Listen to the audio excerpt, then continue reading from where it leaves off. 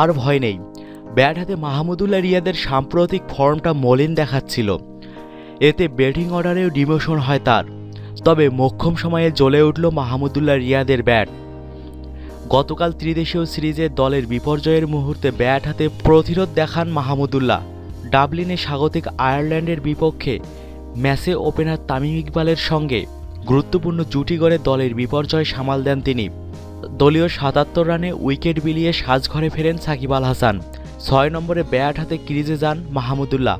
বৃষ্টিতে খেলা বন্ধ হয়ে যাওয়ার আগে ওপেনার তামিম ইকবালের সঙ্গে গড়েন অবিচ্ছিন্ন ৮৭ রানের জুটি। এতে ৩১.১ ওভার শেষে বাংলাদেশের সংগ্রহ দাঁড়ায় ১৫৭ রান ৪ উইকেটে। এ সময় ব্যক্তিগত ৪৩ রানে অপরাজিত থাকেন মাহমুদুল্লাহ রিয়াদ। ৫৬ বলের কার্যকরী ইনিংসে মাহমুদুল্লাহ হাঁকান ৪টি চার ও ১টি ছক্কা।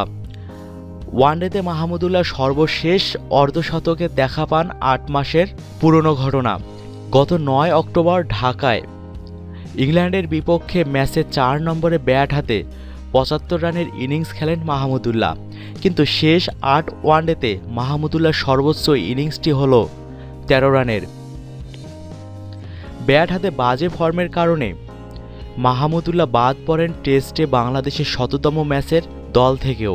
এরপর শ্রীলঙ্কার বিপক্ষে ওয়ানডে দলের স্কোয়াডে মাহমুদুল্লাহকে রাখা না রাখা নিয়ে টিম ম্যানেজমেন্টের নাটকের তৈরি হয়।